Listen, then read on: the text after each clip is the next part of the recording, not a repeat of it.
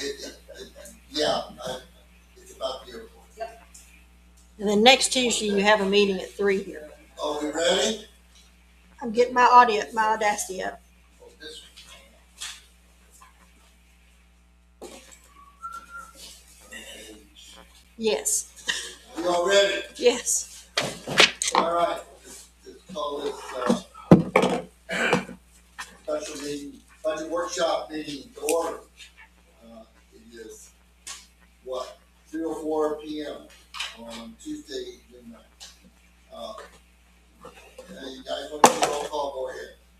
Gina Martinez, District 1. So we should, District 4. Houston Marchman, District 2. And Bruce Alexander. All right, as we do, again, I just want to make sure everybody understands special meeting workshops do not have to have citizens' comments. However, in the want to be open, transparent, and allow everybody an opportunity to speak, we do have these citizen comments on these meetings.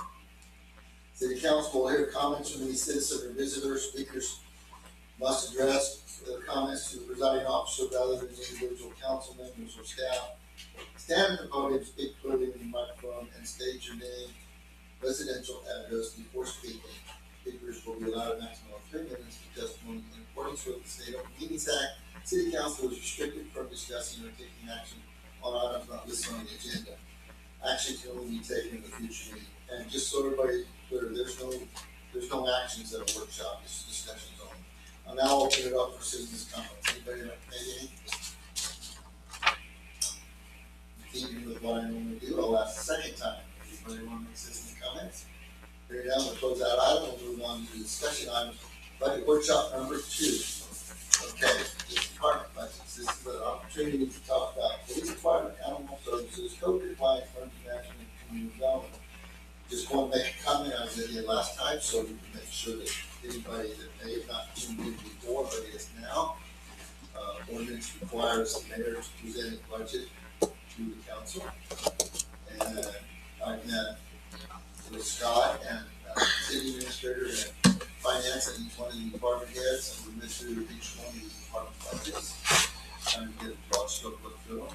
And then after we did that, I said, okay, now we're going to set that workshop with council. We really have a bite yet. So this is a lot of these folks are second time around, and but it's the city's budget, your opportunity to say yay, nay, and look at everything you want to look at. So I'm not sure, but I want to turn this over to Scott Miller and let you guys lead you down the path. Last week we did revenues for everybody. Just keep that in mind. Don't dwell on that. We're dealing with the expenses. But the intent, my intent, is to balance the budget. So before we launch into just departmental budgets, I wanted to get, since the last budget meeting we had a discussion of revenues and focused on general fund revenues. And now we're getting into the expenditure side of the house. One of the things you haven't seen is like a total, something that looks like this, a total, here's all the departmental budgets, and here's what the over under is year over year. Year over year, the increase is just under $500,000. The revenue side, because the current budget contemplated moving money from our fund balance into the operating budget. We're not planning on doing that in this current budget. Most of that's money. On the revenue side, it's about 100 or so less year over year. No, it's not right. It's actually 300,000 more. But when you compare it to the expenditures, there's not $600,000 delta. So as we go through all the departmental budgets in the general fund specifically, one of the things we have to keep in the back of our minds is what are we going to do to get those to line up? Operating expenditures, annual operating expenditures, to match annual operating revenues. And this is kind of what I call the heavy lifting, making the sausage, what generally the past staff has done kind of mostly meeting with Leroy going through the budget and then meeting with department heads the same day. So we've got to find a way to figure this out how we do that. We haven't done that because we're going through this process of doing it. But we will have some suggestions from time to time. And today we'll one suggestion would be for the services budget about how we might be able to trim the budget a little bit. With that said, a couple of things I want to just acknowledge. Chief Kohler is not with us today. He unfortunately had a personal conflict with his couldn't do this, and so we've got two of his finest representatives here. Detective John Stafford, who's shaking his head. But the thing notable about Detective Stafford is just his ability to help us find funding. Really and truly, there's a lot of work goes into grants, and most of that is Stafford's work. Besides all the great work he's doing in policing, and that's not being overstated. We're making a lot of progress as far as getting solutions to cases and turnaround and protecting our people. And John has lots to do that as well. And Maria Gallo is our records management admin assistant and catch-all for the chief. You've been with us how long? 4 months. Yeah, 4 months. But how long in the position in your career? 30 years. That's about 30 years. So, no, not a novice by any stretch. If you lose a watch, she's hired by the chief because there's so much experience involved. So, they are qualified and ready to take answer concerns or questions the council may have. The chief did kind of give us a cheat sheet, talking points, if you will, to go through these budgets. And then the other budgets, we've got animal services, police department, emergency management, code compliance. Those are all under the police department. And then you'll also talk about community development. That's Brianna Soto, the code department. And with that, Mayor, I think I'll turn it back over to you. Well, I just want to thank you for that. I'll make a couple of comments here to remember. There's a big help that we're working last year. The police department last year, we probably raised up the department budget more than anything else. The salaries we did last year were significant adjustments, which I may be mistaken, but I believe we have the highest paid, which is good. But when we were still trying to be in the training, we don't have. So we did that. We added another officer last year. We created the detective position and things like that. So it's some good things. I don't want to take away from that. But like everything else, we just have to look at it hard look, especially when we turn around and start talking about trying to live within our means. Okay. I have a harder time saying this about the police department, but I need to state needs come first. Wants to second.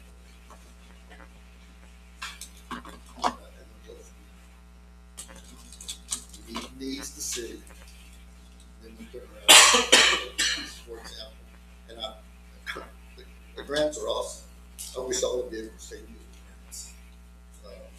Because the more you get grants, the less it costs us to have fun. That's awesome. And I know the drill you go through because I worked in the water and that's all my board constantly told me to go find more money. And every time I found money, they said, good, now go find some more. So I got it. That's very good. Anyway, we'll go from there. I want to be negative, I want to be positive, but While you're talking about that, speaking of finding money, so you did get a notification, this is after all this prepared application yesterday, that one of our grants was approved for $61,000 or $81,000. That's the same, that's the stuff.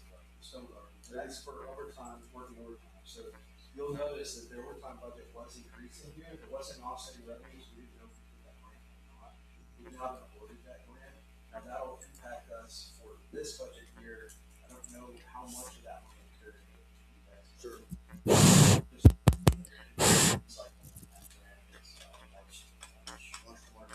So it will impact us next year. So there's a little bit of extra money that will offset the cost here. And I just wanted to add on to what Scott was saying earlier. Animal control, code compliance, and I'm guessing emergency management, they all fall into the police department. Yes. Okay, and the reason we're honoring this is because I know there's more to it, but it's a general fund issue.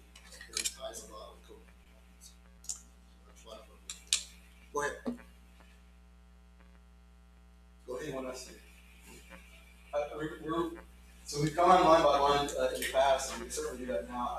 Let me speak high level to the salaries.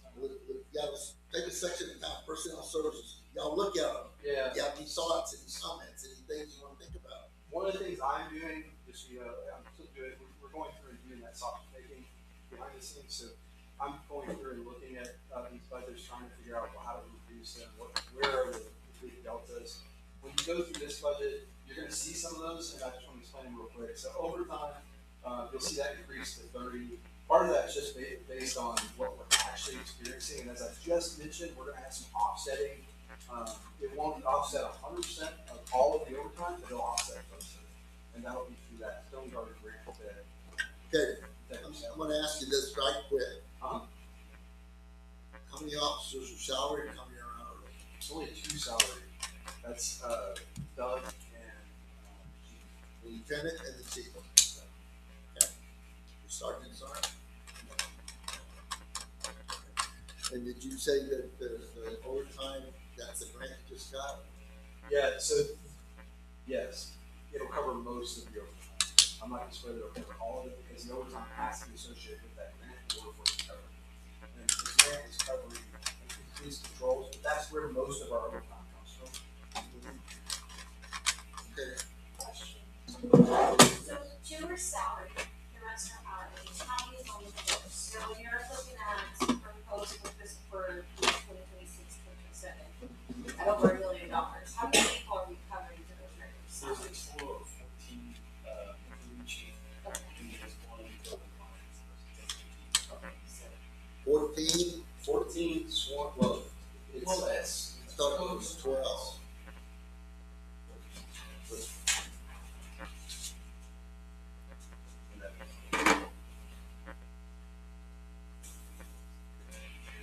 Yeah, so it's 14 plus 1. But of those sworn, is it 13? 14? You're not sworn, right? Yeah, it's 13 sworn officers, 1 non-sworn, which is your admin, and then carrier. okay, so when we strictly just talk police based on this budget, this number is what they're proposed. How many people is that covering? 15 people. Okay, and 2 out of the 15 are salary. Correct. Salary don't get overtime. Yeah, 2 out of 15, yes. Okay, So you have 13 people subject to the overtime, right? okay, so now there's an increase of between 2026 and 2027, an increase of $181,000. Are we expecting more police officers or possibly No, more? so to be clear, there's no additional officer here, but there is one requested by the chief. I think it's in the notes, read after that, but that is well, you describe it. So, again, most of the budget stuff or the first portion of it, we kind of work hand in hand with finance, but this also includes a 3% COLA. And the chief did add FTE, which is a full-time employee request. This would be a civilian position that handles property, room evidence, victims assistance coordinator, and a community liaison. The starting salary would be recommended to be at $50,000, but once you add the benefits in, it would more than likely be around $75K. In a perfect world, he would like for this to be a peace officer, so we can also have officers, we can backfill when officers are on vacation. But in a small agency, it's difficult to cover the schedule when officers are on vacation coming in on a leave or sometimes, so, yeah. That position is not in this budget, that's an additional budget stream. So it's not included in this proposed number? No, so the reason you're seeing the delta year over year on that cost, part of it is Terry is now the code compliance officer is now. So that's part of the addition, and the other is the 5%. The code officer is included in the fee salary? Yes. Now, 1 or 2 or 3? One. Yes, but 3 of them are licensed. That's right. But one of the things we talked about is we're taking a different approach with this budget here and looking at animal services, specifically having 2 individuals and code compliance having 1. They are dual trained, But for purposes of department budgets in the department, code compliance is going to be going to PD. The animal services will stand alone as the animal services. Okay, well, let me ask you about that. I'm sorry to be, animal, last year, if I'm wrong, help me here, but I think there was a request for another animal control officer and we said no. That's right. So So how did they get two now? because we've had three people. You have Terry, who was, I'm trying to remember when she switched from being, she was basically Maria's role. Right? She became our third animal services code compliance officer. That was in 23 or 24. Yeah, it's been in there.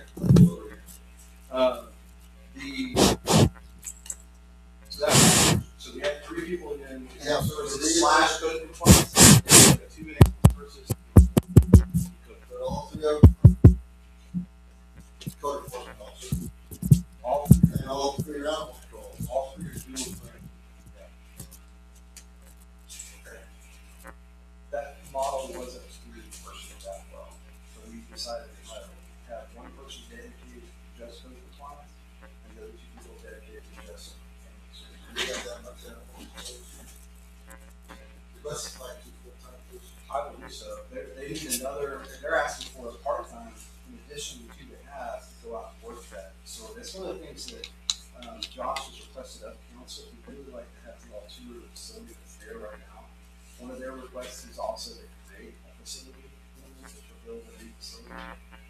But I think it would behoove the council to go out and actually see the facility and hear firsthand from that group what they're building.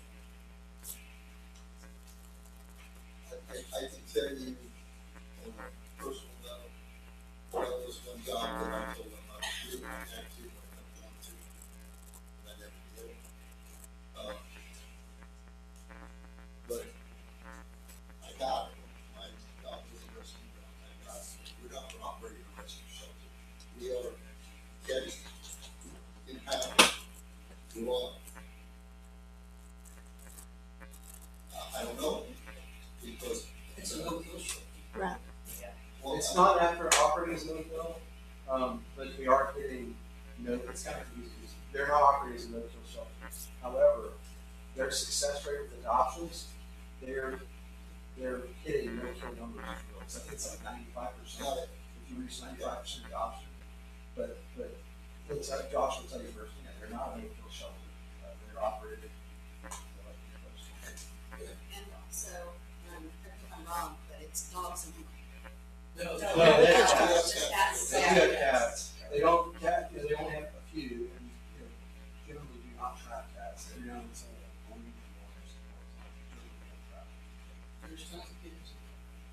The only reason we trap them is to do the nip and tuck stuff that we release in the box for next team. and they had a grant for that. Yep. Through that grant since it's expired. So that's something else. Do they use that incinerator up there?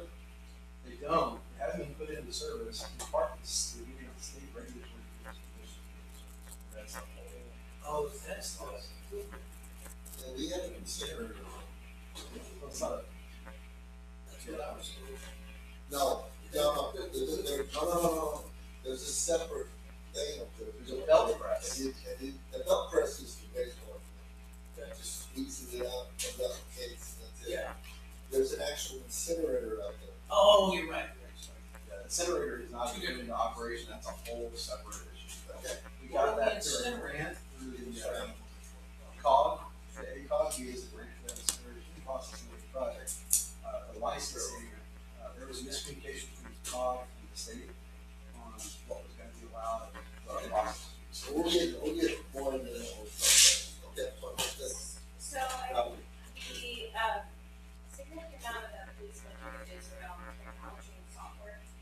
But it doesn't state whether or not the cost includes licensing, support meetings, warranties, upgrades, any of that. Software maintenance, P-man policy, software, computer hardware, provider modules. So some of that, it depends on which piece of equipment you're talking about, cameras, tasers. A lot of those are licenses that do include all the maintenance costs, but, they don't include replacement. So the software maintenance, it's, looks like it's decreasing from this year to next year, 5,000 to 2,500. Is that correct? What is that software maintenance cover? That we're decreasing. Maria, is this one up here, to look up, I'm sorry. to look up the software maintenance, you know why it's decreasing, you want to buy I don't, he doesn't have a note on that one. My note is this Tyler, is really Tyler. Where you at? You got me. on your technology? It's the last sheet with the PD. I'm sorry. No, you're fine. Okay. I don't, other than, like I said, we are adding command, policy software. So we're going to be trying to become an accredited agency. So that's what command, helps track our policies and procedures. And when we get audited, that's the software that we're gonna be using for that. It says, he does leave a note for me here, says this is gonna be taken out of this year's budget. The, The 8,000. the 8,000. So, This will, Yeah, so we're gonna increase that, So so then- then they're this year, it's so it's not gonna be in this. And then the ticket writer modules, accidents, process test modules at 7,100. He's gonna take 4,000 for this year as well. So that's only gonna be a 31.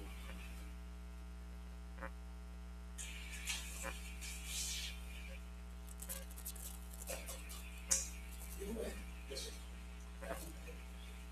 Sure, well, sure, okay. Sorry, just, That's I'm what we sorry, want to Valerie. do. you're good.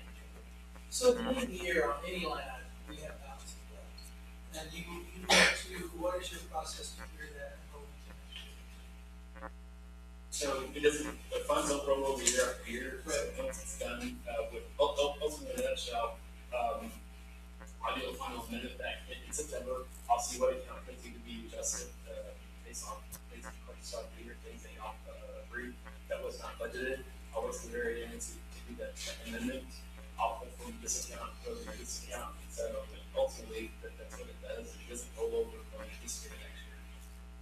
And that's part of, all, except, construction modifiers, those do roll over.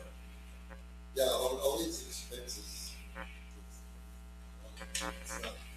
It's not- We do train them not to, it's not a use it or lose it type environment, we want them to think frugally and, part of that, but, yeah, so they know that if they didn't have it, if they thought they were gonna have an expense, but then they just didn't have it, it doesn't necessarily mean next year, well, okay, you didn't use it this year, so you're not, because I know that in the federal government, that's kind of the way that works, if you allocate 20,000, and you only spend 10, next year when you ask for 20 again, they'll say, nope, sorry, you only get 10, because you only spent 10 last year, which is one of the flaws, I think, but, here, we walk through the processes here right now, where we have them justify each line item, we look at their 5-year average spend, that kind of thing, and just see if it passes the snow test, and we build each budget year based on what we anticipate needs. But if they don't hit those needs, then that's where your growing general fund balance really comes from, is your over under. That's what you don't spend plus what you make more than. And then also,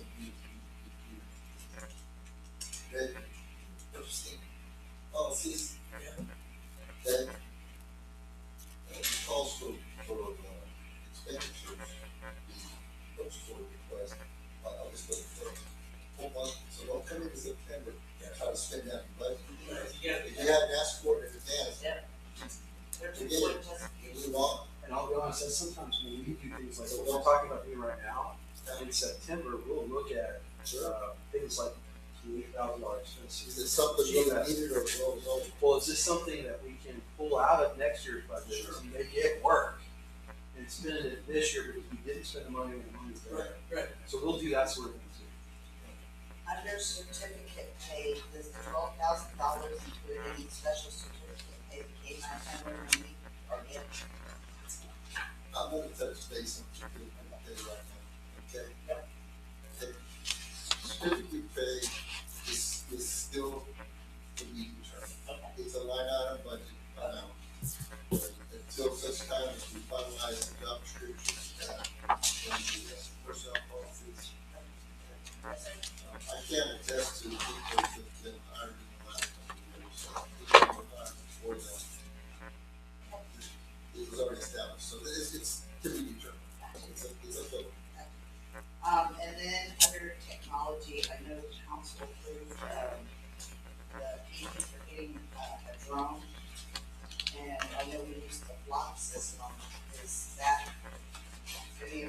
expenses. Was that drone supposed to be a Yeah.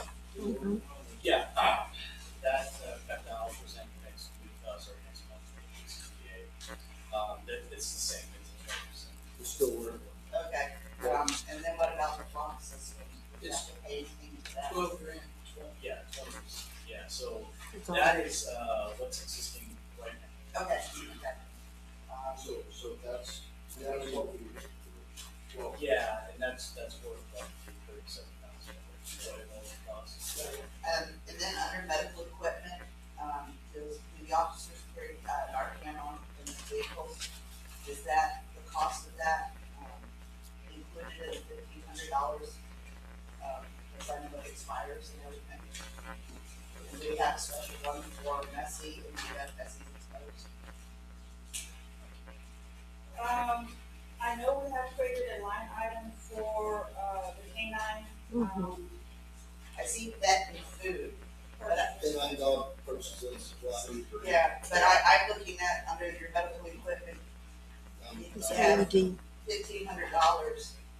And so I'm asking in your first aid kits in your vehicles, do you have the Narcan, and if so, does that include replacement of the Narcan when it's necessary? And they have to have one for the dog too, and you met the dog's supposed to be doing service to the vehicle. Well, they have an expiration on the bottle, and if they get it out in the heat, it killed it, cuts the expiration in half. I know the last, Mark mentioned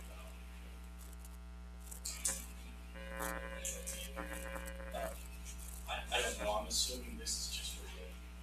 That's correct. So That's under only- purchase services, that's only for AV because it's under purchase services. Right. When you're discussing that type of stuff, would you fall in the section above that? Law enforcement, Yeah, that law enforcement supplies and 13.2, that's where I would expect that type of thing to be budgeted. Anything that you carry with them to need to do their well, it's in the job. vehicle, not on there. Understood. And then we gotta make sure it's not out in the heat, because if it is, it cuts the expiration in half of the medication. It's real quick. And then is 17, in your opinion, is 17,000 budgeted for all your training, for all your officers, is that enough? Or do you think?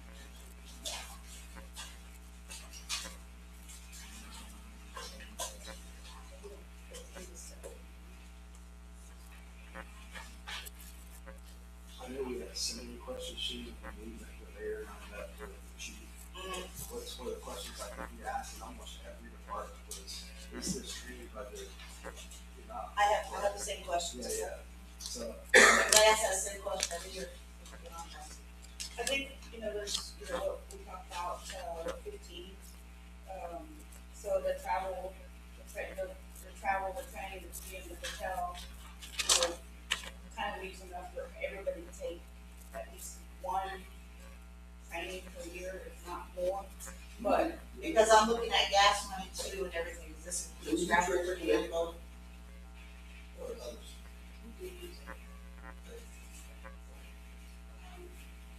So, yeah, we decided to raise that up, 2,000, of course, we also budgeted some for them finance as well. Okay. And right now, we've already spent, 11.5 on health training, and we're budgeted 12.5, so we're almost at the count. Yeah, that's why I asked. So your O&M vehicle fleet, it's very moderate, so y'all not projecting any increases in vehicles or replacing travel. What line item is that on? we have one, I can tell you on the vehicles, they have one grant, there's one vehicle that needs to replace, and I think we're gonna be able to replace through grant. But aside from that, so It's, it'd be the last page. I don't know, because we have the big sticky. How many You vehicles guys do did y'all your have? homework done. How many vehicles do you maintain? Between animal control and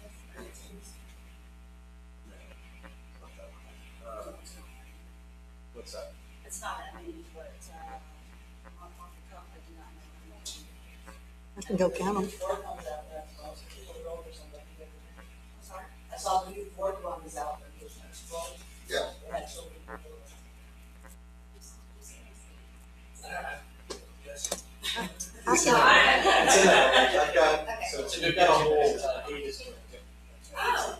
There you go. 8 vehicles. Yeah, that's gonna change though. That's patrol vehicles, or I think that's it's for more. them? That's what they have. And code compliance. I'll go count the tires. Yeah, because there's three, each one of them has one vehicle. Do we set a life expectancy on those? Or do we just look at it as we go? one of the things before I got here, we didn't really have a capital plan that we're replacing vehicles on a regular basis. We still don't have one because we don't have one that's fully funded. So we do have a policy that shows this is when you should be looking at replacing vehicles. But it's not funded. And that goes back to the kind of unfunded portion of the CIP that was adopted. So the answer is yes, yes, we do know when they need to replace, whether we recommend you replace. But the funding is a decision we make on a year-by-year basis. Now, one of the things the mayor and I had discussed was the potential that the mayor that actually chief brought to the table, he was researching this. Basically, we look at a fleet management program that would rely on leased vehicles primarily. And so we started to look at different leased vehicle options, different groups. The group that had the best deal, so to speak, was Enterprise. We bring the car over Enterprise, that Enterprise. They do fleet leasing for municipalities. So one of the things that we may do in the future, and I'm going to put it there, when we want to do this, is at a workshop that will present to you all and talk about what we could do. That was one of the items in the animal services budget. You'll see that they have a vehicle program. And the staff, my recommendation would be one of two things. Either go ahead, if that's something you want to do, don't make it in the operations budget. Go ahead and fund that this year with your general fund reserves. Or bake it into the budget, but do it as a leased vehicle during enterprise type operation. And the main reason for that would be to try and reduce your ongoing operations costs and recognize it for what it is, which is a capital expenditure, a capital investment, usually a one-time expense, unless you go a lease route. If you go a lease route, as the mayor knows and experience dealing with, it then becomes kind of an operational cost. It's still capital, but you're baking into your operations budget every year. When you do the lease purchase, for a governmental lease, it's, you think of it like this, you go buy a car, you do an installment loan, government lease is the same thing. It doesn't work, it's not considered on your debt service, it's just one thing. It's the way you finance your vehicles, and if your money need, hypothetically, $100,000 for a new vehicle, you have five of them, payments. So that it allows you to spread that cost down. And it does not show up. The military does it, however they draw a line. Yeah. PD and medical and fire department are not allowed to do that because of the beating up and they got able to handle everything. So Well, the city, I'm gonna go way back when, they did, certificates filed against you, set your tax, they bought equipment.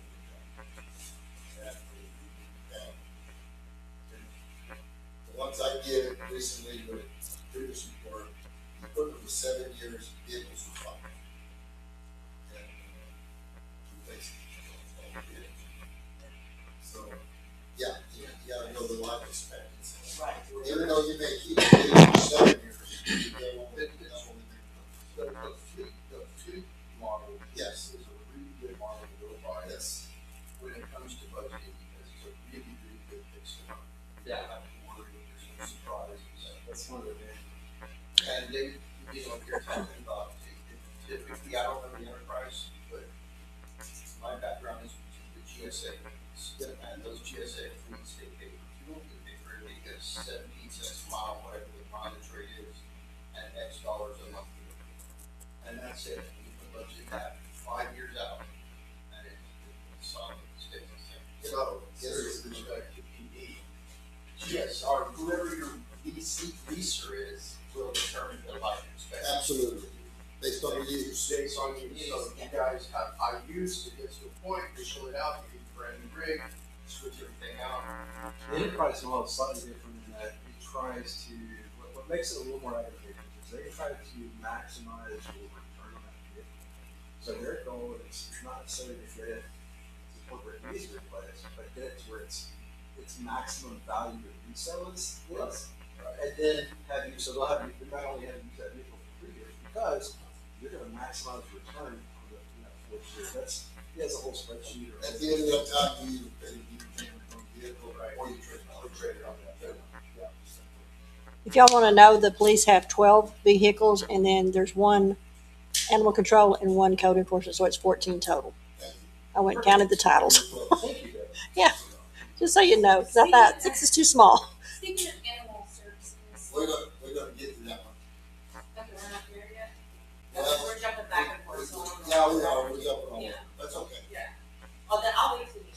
So, what I wanna do is just go through the PD, you guys got pretty good questions on that? I got one.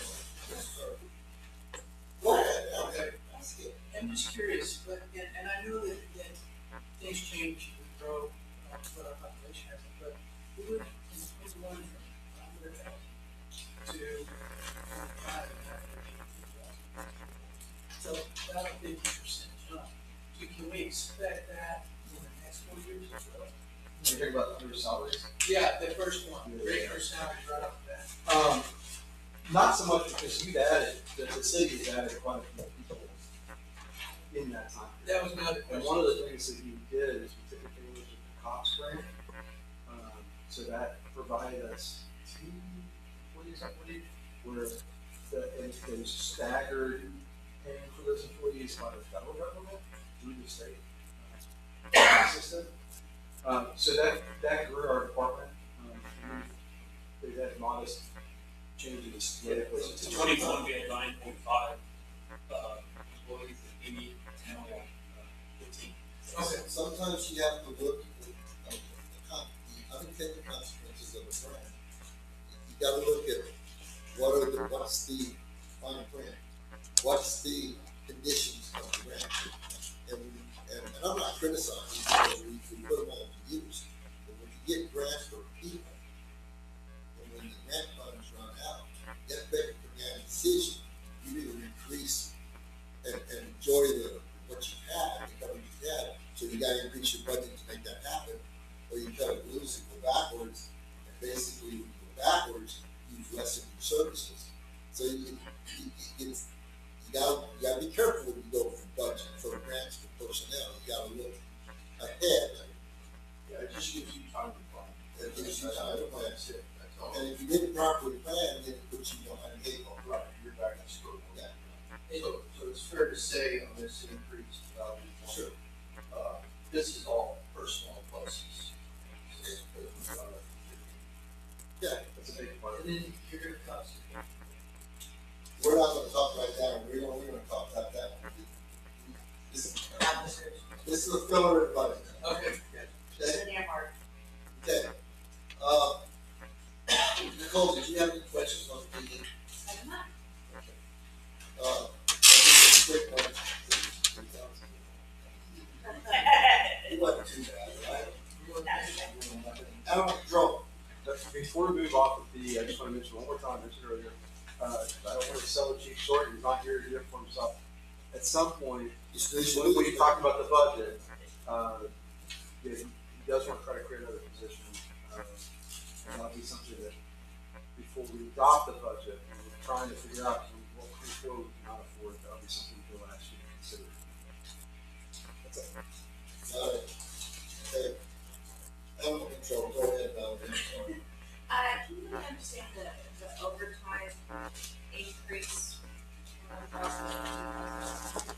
What is the cost of overtime for the 2 personnel for animal services? It's 2 people. Okay. I think the big issue is weekend work. One of the things that they're seeing a huge increase in is animals on the weekend. But they do have something that's on call, so they get paid to be on call. But then if they actually work it, then they're paid their on-call pay, plus working that, if they go beyond whatever their on-call hours are. It's never made a discussion yet about that. I didn't know you had on-call now. I know what the policies are, but that's a whole other issue with that. Yeah, we Talk about different people on call, it's like we have like 4 or 5 people on call.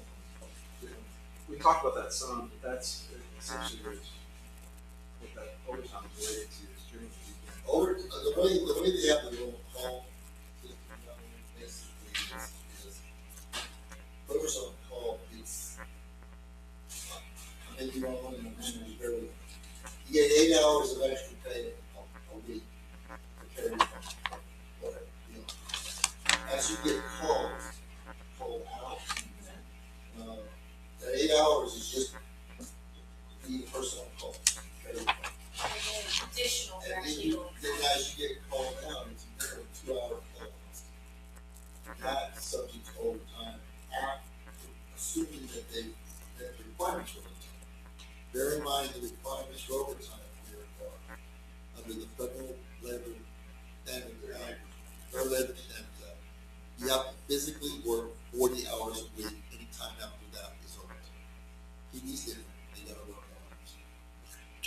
But, standard one, physically, so take off during that, work overtime, different things. But 2 hours is what we get called out. So if they, you see how he's got 8 hours to answer the phone. He gets a call to go pick up the end, that's 2 hours on top of that. And every time he gets a call. But I want to point out, if you look at your budget, For example, last year, in the current approved budget, we have 9,000 on call and 1,000 in overtime. And you look at this one, there's 0 in on call and 85 for it. So the net difference is $1,500 less year over year. But what we've done is put all of these in overtime rather than 75 on call for that same, for all the reasons in there. and what I just told you about how the way the on-call works, with pay on it, I'm not gonna criticize that at all. I've been dealing with that stuff for 30 years, trying to make it fair for people that get called out. Right, just on paper, it just looks like a Sure. charge. I understand. The But net that net was- is actually a $15 decrease. I mean, and just to add to that, I mean, like, about a month ago, I think Pearl was out of state, so Josh had to work, 7 days, or 7 days or 10 days, or whatever it was, so, obviously he's going way over his 40, because on Saturday and Sunday, he's still coming in, they clean, they feed, they go on calls. Yeah, like I said, one of the things that they're looking for, what I've encouraged them is look at volunteering, see if you can be a volunteer in that role. But they really need someone that's like at shelter during the week, on the weekend. I think it'd be a perfect role for like a teenager that's involved with the SPCA or adoption. When you talk about 7 days a week, think about this too, it's kind of like the guys with the water, wastewater, 24/7. So they have to, by regulations, they have to come in on Saturday, they have to come in on Sunday, they have to come in on Mondays. Every single day, check the operations, make sure everything's. And animal control, think of it, they got an animal up there, and animal, they have to come in and care for them each day. So that's. And then I think for me, my final question is for under repairs and maintenance, last page.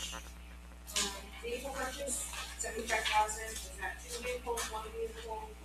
One vehicle, it's a vehicle that, one of the expenses, about 15 to 20,000 of that is the lift gate, the box, the other. You mean the animal box? Yeah. Yes. So it's got a little bit, it's got a few additions, but this is the item I've circled on my budget to look at and say, okay, is that something we can do this year? Or can we look at doing that as part of fleet services if y'all want to go that direction? Now, is this vehicle replacing what he currently has, or is this in addition to it? You know, it's replacing. The one that, which one? The one that Josh drives around with? The truck or? Yeah, the truck. The truck. The 2013 Chevrolet, The lift gate. the 2500 has 100,000 miles, 5,814 hours. 5,000. 5,814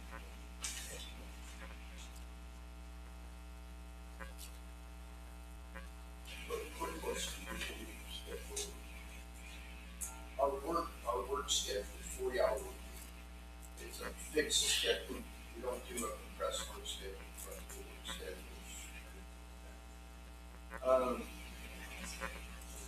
I would say yes. Generally, that's the case.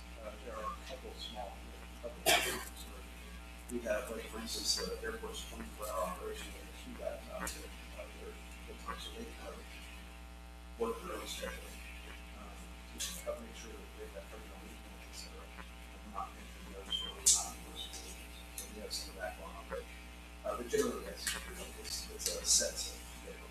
And aside overtime pay, do we have a comp time option? Yeah. Is that a possibility? It is, I'll just say mine really, it's really with the content in the past, it's really has It's interesting on Castroville because of the time how people really use the vibe. Historically, here, again, story, city council, because when you get panel overtime, so they issue a directive, there's no more overtime. That's the chance. So, when they came around December, and we had a laundry list of things that just were not being done, and they asked me, what's going on? I said, because I never had a full crew. Because I'm constantly giving somebody a Friday off or Monday off to come time, okay? And you killed the morale of everybody. Because I'm making them take off. I'm making them come in the middle of the night and work, and I'm making them take off. There's a place for it. Yeah. But It's used extensively, no, absolutely. I just, depending on who you talk to, again, I haven't talked to our attorneys about this since I've been here the last 5 years. It's a tough deal. The attorneys I've been, it's been, I'm just saying, it's been a serious issue in the past of this college because of, the liability of the compound poses when dealing with separating. That's it. It's a tough issue. Is there anything else on animal control? It's like every other section of training is really not. Let's move over to emergency management. This is very quick as far as the review. I don't know. So I'm gonna ask you on those county sirens, those are city owned sirens, right? I believe you're right. The ones that are city owned by the city.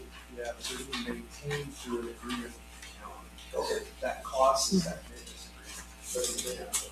Okay, I just wanna make sure what that is. I believe you own it, because I think that's kind of how that got started way back when, right? Is, We put them up, yeah, the county. we want to put them up, and we maintain them, and then over time, it's just got away from it.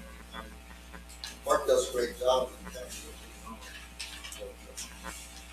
and so this budget is for physical assets that we have, that's under these line items. Not to be mistaken for emergency operations center. It's supposed to be. Okay, thank you. I got Okay, So this was originally created Twenty- really by Councilman Martinez requesting, hey, we need to look at emergency management. And 20 years ago, Yes. the airport manager was the emergency management coordinator. Part of the justification to build that conference room out there, that was the emergency operations center. That's a fact. Okay? And then, of course, personnel changed, things around, and moved around to the, Spruce, airport manager, coordinated, we did handicap exercises, we did a lot of things out there, we coordinated a lot of the county. It would be great to get back to that, because at one time, there was a nice pretty book about that department, what they're supposed to do, what the roles are, what this Everybody's is. supposed to have. Exactly. That's exactly. And You all- that's where you were, what were you You all again? need that training. So I have no idea where it is. I've been At asking that time, questions. we went to dance training, we went to Buckley, Massachusetts, we went to, we went to all of this training, and we had to come out and do it. See, And I don't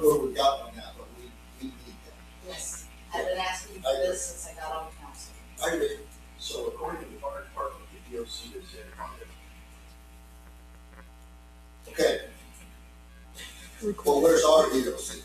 Well, on it, what they Yeah. just told me, Mhm. well, and let me backtrack on what I just said, we don't have a fire department.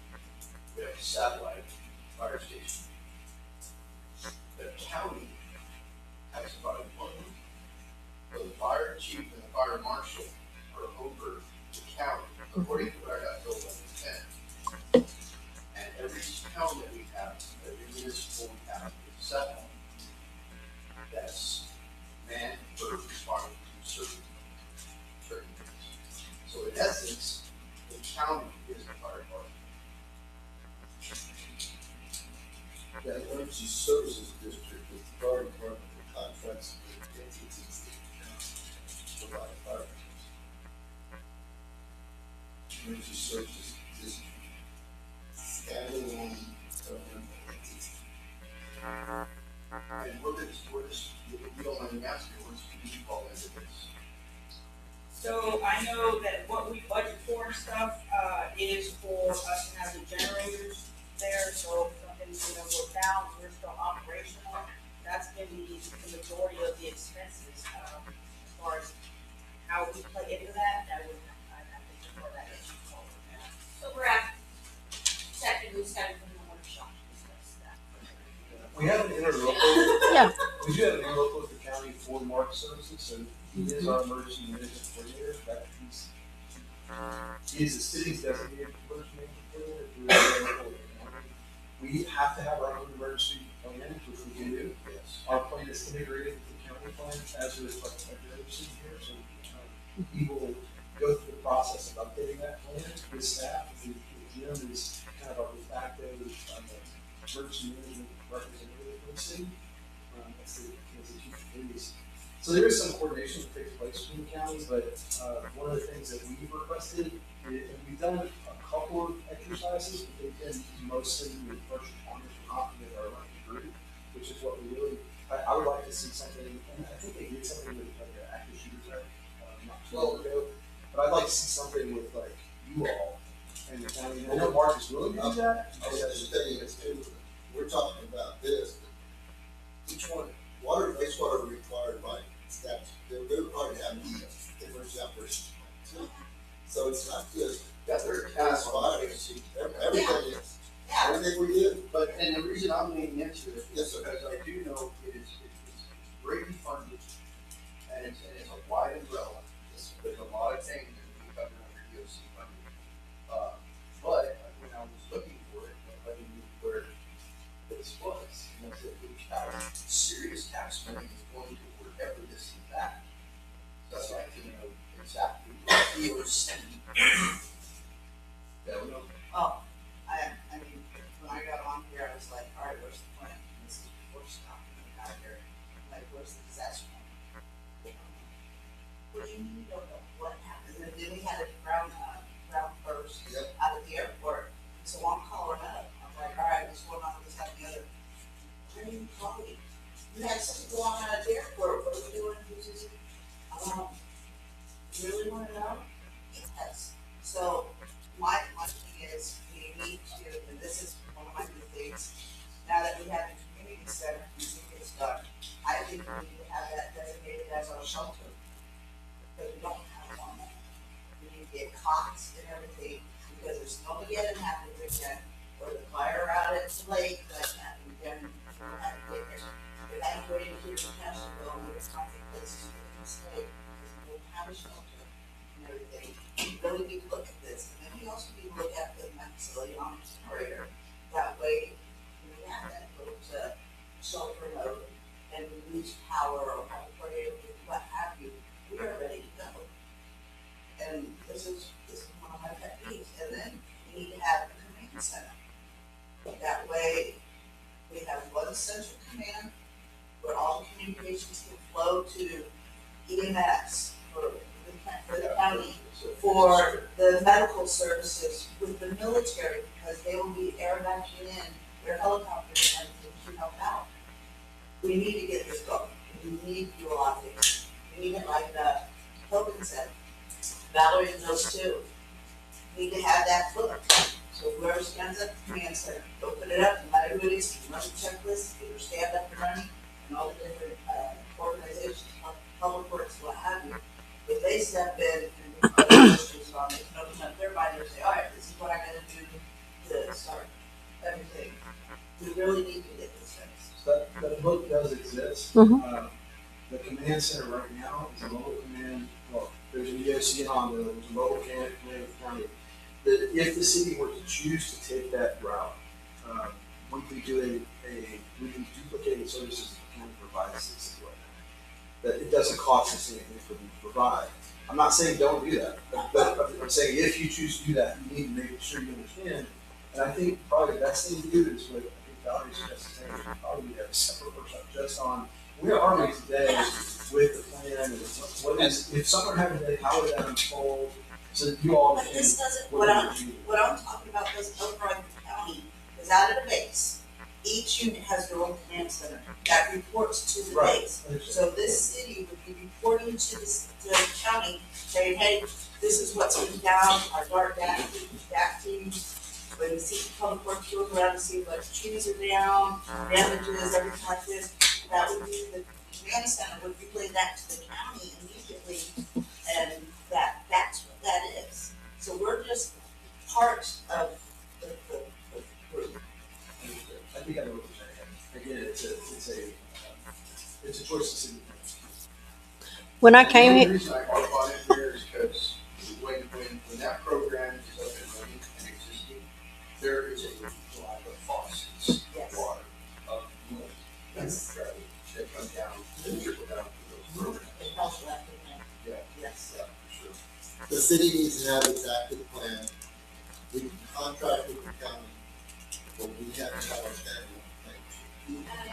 I totally agree with you, so far as it's important for us to say, by and large, these are what our goals are. But again, I kind of worry when it sounds like we're starting to say, staff, this is what it needs to look like. These are operations that we need to go through. Because, I mean, our job is to set like the agenda and the standard, but not to tell like staff, this is how you need to do this thing. No, this is federal government. Yeah, it's Federal already government, stated. federal government mandates that, not us. Yeah. They have a script and a template Okay. And and so part of the question is. I'm a certified do we emergency trust management staff, person, do we trust the staff that they know these things and these resources are available to them? Oh, and we passed it on, so. We have the book that's being requested. we do have it. We need to train people. And that's what, I think part of the slack is training, and I think having a discussion, a workshop with Mark, talk about here's where we are today, and then open the floor to discussion about, well, what do we want to do beyond what exists? I think that's great. I think it's awesome. Yes. We're gonna burn this tree. Yeah. So. Yeah. I'll stop while I'm ahead. I'm all about a workshop. Yes. Okay, I don't really. all right. Well, yeah, yeah. Okay. Thank you. Thank you, guys. Good luck. Thank you, guys. Probably do that a little bit, right? Bigger as mud.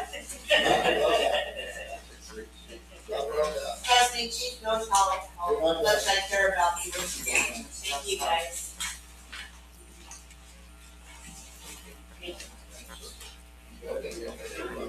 All right, Brianna. Okay, it's for you and one other person, right? Valerie? Okay. Okay.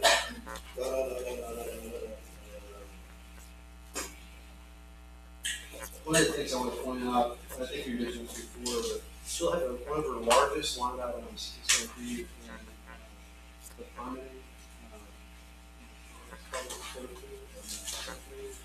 Outside service contract labor, $150,000. Understand that is a pass-through, if you will. We charge an admin fee on top of the permitting and other things that require inspections, et cetera. So generally, this is a net revenue producer. It's one of those areas that our revenues are going to cover that expense.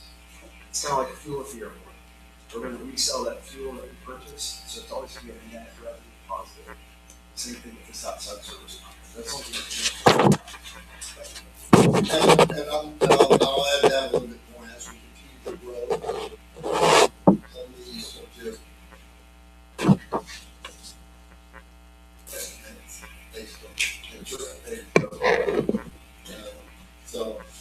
just short of saying, it's $1,000 expense for building above, it's offset by an income, so you don't have that going on.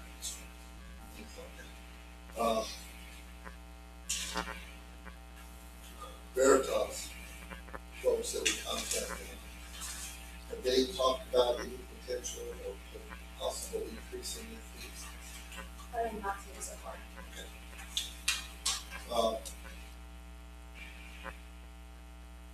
Same thing with the commercial, same thing, no increase in their fee. You guys follow that the fees, what's in the fee schedule, it's based on valuation of the project. Fee is, of course, you have, have we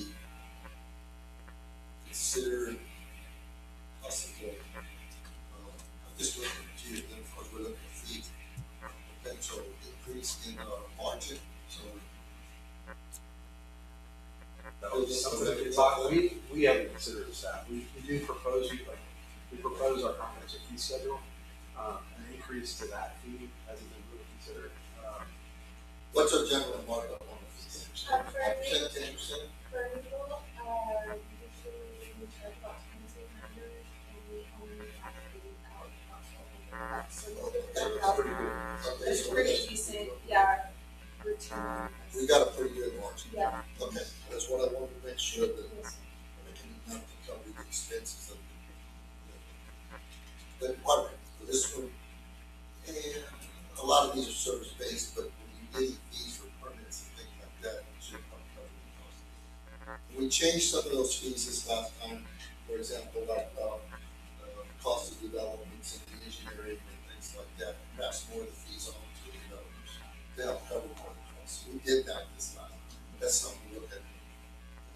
So in 25, we're at 189, right? And then, and it looks in line with 24, but then this year, we're 125, is that? Please look at it. Yeah, so we brought that in, yeah, so there was a lot of houses that went up in 2024, that's when it really took off, I would say, yeah, and our station notes, in that 125 that we have right here, we're gonna go over that this year, that's why I put 150, but regardless if you put 150, 180, 190, the only thing is if you put 190 or 200, then you have to make that up somewhere else, on the revenue side, you just wanna be careful that you don't overstate what you're gonna be putting out versus what you're gonna be putting out. So, does that. Well, let me ask you a question, now, just expand on that. The next item is the historic preservation officer. You don't have any expense on that, and I know that's not cheap, so Yeah, is we're that gonna be included in that other? right now, it is included in the current 4.1.00, Yeah. but we did pull that out, so, and it's going to be pulled out in this next year. And we don't recruit like we do on building permitting for the historic preservation officer, and that's because she does a lot more than just review the CFAs, she also looks at the historic guidelines, she does all these other things that we asked her to do. Right. And so, once that's pulled out, that amount will go down, because right now it is included in 24 and 25, and we were doing some significant work still for historic preservation during those 2 years. So we don't know how much. I think right now we're looking, I think if I remember the total that would be pulled out so far for this year is like 37, if I'm not mistaken, 37,000.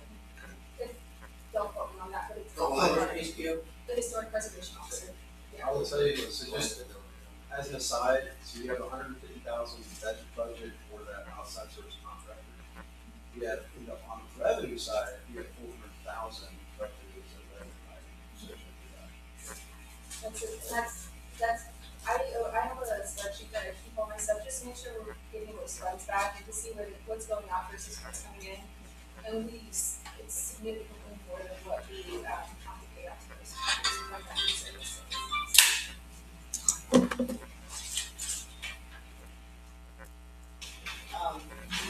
Under mapping, you don't provide maps to the contractors of where our utilities are. So that is, yes, we do, not physical maps, but that's for GIS mapping, so the online maps that they always have access to. So it's located on our city website, and it, We share the locations of utilities. like, yeah, you can go look. It's not required to, it's protected by law, federal law.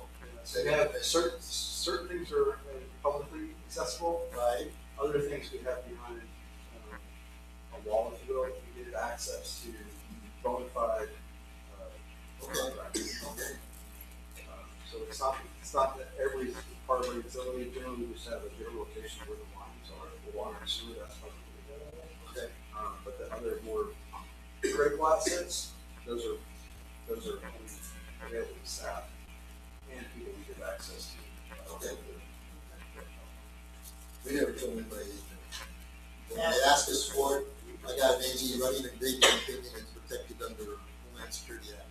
You don't have to tell them anything about where you're looking at. Oh, one side's on, one capacity's over here. You don't turn off any of the access to keep it in file in the building? Knowing how bad our internet is? I'm sorry, it's the truth. You're in the middle of town, then it's something. Yeah, we don't have a good printer to be able to print it out, because if you want to be able to have a legible map, you want it to be like a 36 by 48, something of that sort, and we don't have a printer that size. I heard the one that you had was broken. Yeah, it was out of Why would capacity. it? Those things are really expensive and we don't use it, it was never being used, and they're very expensive to buy and then also to maintain for, if we really wanted to do those maps, we could always go to like Kinko's or, a print shop to have those printed off, you don't necessarily need them in-house. The utility department wants those maps in-house. Put them on flash drive, go right next door. Yeah, well, I know, it's just, But that machine is very expensive and it's so expensive to maintain. I was facility manager for a hospital, Yeah. I'm just putting it out there. Not gonna rely on the internet that much. Do you help me understand the professional use Texas Monthly and ChatGPT? Yeah, they're just typical things that it's just stuff that I use. I mean, I do use AI to help out with language and stuff, so that's ChatGPT. Texas Monthly, they have articles about planning, development, all that stuff. So I try and keep up to date as much as I can with things that are happening outside of, because it's still Texas and it's usually still small towns dealing with the same concerns that we are. So On the ChatGPT, do we pay for the professional level? no, I think it's just the first, is it the professional, or it's just the first level? Standard. Like the Oh, it's standard the one? basic standard. Yeah. And it's on your personal or on your phone? No, it's on just the computer. It's on a computer? Yeah. From a legal perspective, and I know there's a lot of debate right now at the state and federal level with the use of AI. Is there anything, right now in reference to the use of AI, local government's authorization or anything like that, can be? My advice would be to stay away from it. Or if you're gonna use it, double check it. I know a lot of the legal cases that people are saying, hallucinations that they're filing, some of these attorneys, they're getting sanctioned for cases that are being, Yeah. defense on in court. And so my advice is, if you're gonna use it, double check. Everybody says something. Stay away from it. So we did, these concepts, I think there was full AI section. Yeah. Dallas, Fort Worth, and Arlington spoke, I sat next to, young lady, anyway, I asked her for, she just written an AI policy, so she sent out documents, actually, for the word just to, that's something that's on my list of to-dos, is to look at an AI policy for the city, and run it through our attorney groups. And have it- I'm gonna try that all policy in place first prior to use of, just to cover everybody's pieces of advice. Yeah, but, yeah. Oh, no, I Other just, grants. I was just, actually this morning I was reading an article, on the, San Antonio lawyers, so the San Antonio Bar Association put out a magazine, and they had an article in there that very specifically, I think recently, the Bar Association put down criteria for appropriate use of AI, and so, yeah. It is certainly a discussion that's fairly new, but there's been some guidelines laid out. Right now, what we're using is generally just, wordsmithing and what I call light research. Yeah. Because, most of the research we actually done is our own agencies. Yeah. Yeah, no, I completely But understand, I I'm agree not with against you. it, I'm Yeah, just from a I safety agree with you, perspective. we need a policy, that's kind of what I was in the same mental headspace this so it's just. Everybody's- I think that's my list. Anything else? Anybody else have any questions?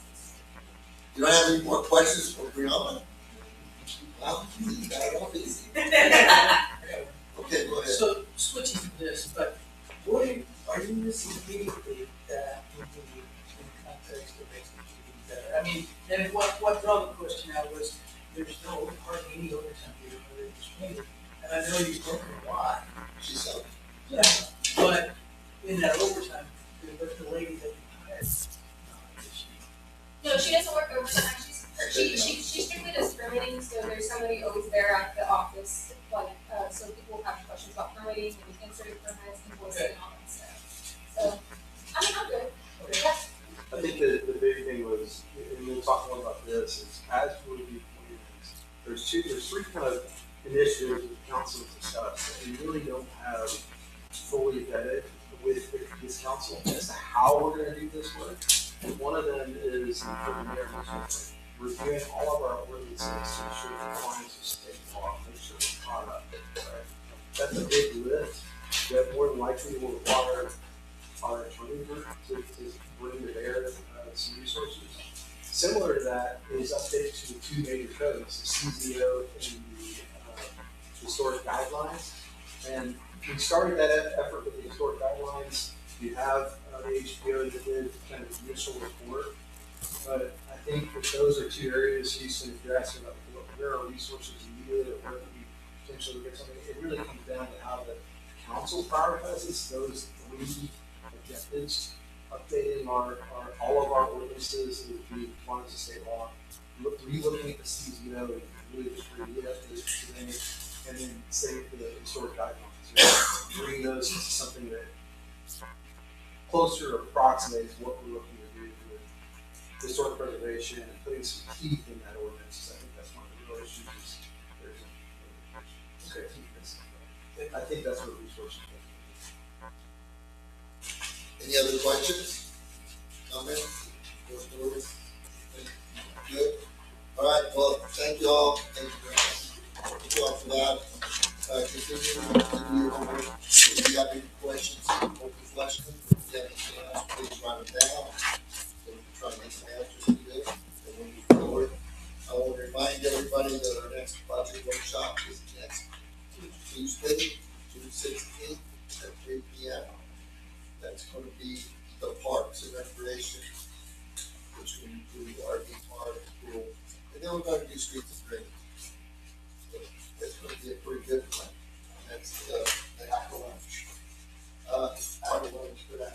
Apple lunch, this one might last a little bit longer. It's not a council meeting, so it may go a little longer. I anticipate it go a little longer. But we'll see. Do your homework. Come prepared. Thank you all for coming prepared with stuff. I appreciate that. I'm gonna call it. Looking for it. I'm working on it. Okay, we're gonna adjourn this workshop at 4:18 p.m. Okay, I remind everybody that we have council meetings starting 5:00.